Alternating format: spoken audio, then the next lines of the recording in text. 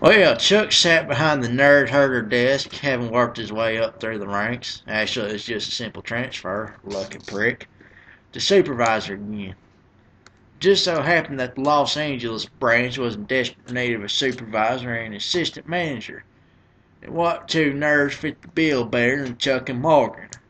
Well, I'm pretty sure plenty more fit the bill. What about that Bill Gates character? I'm sure he could have done that job.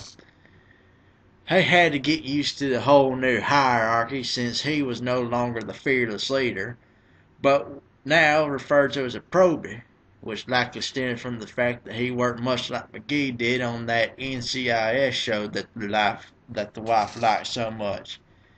Ain't sure why she likes it, to be honest with you. He slammed his head into the desk several times, listening to the new batch of recruits going on about how they were going to get trashed over the weekend and go fishing while the girls were away on some spa retreat. Sound like my kind of boys. If only he could say the same.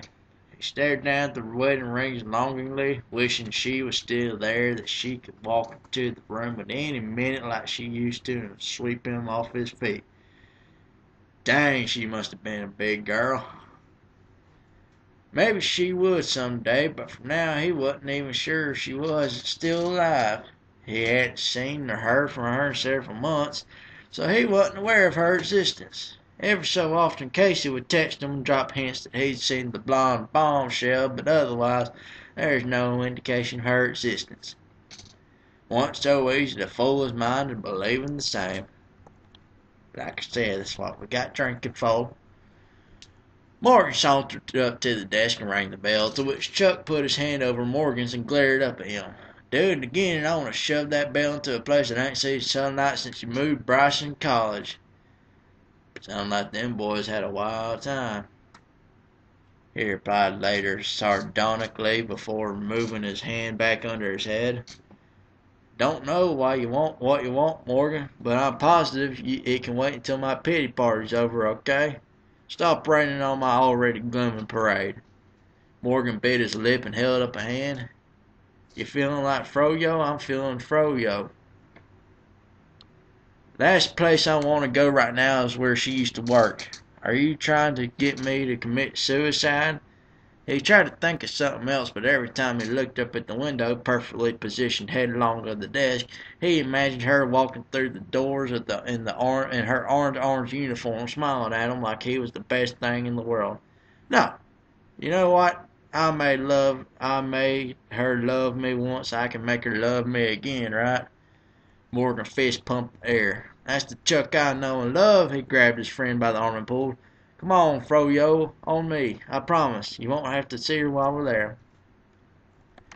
She doesn't work there anymore. Casey told me she went back to the CIA and forgot about me all over again, like I never existed. He sighed like a wounded puppy and came back from the desk. Seems like me he needs to be taken out back and shot. What we used to do if a dog came to us and had rabies. Froyo? Really? It's like 2 hours from here. Froyo from the Orange is worth the drive, Morgan replied with a laugh. Sarah's a great girl. She'll remember you, and I know she will. Just remind her why Chuck Bartowski's the only man for her, and she'll get it.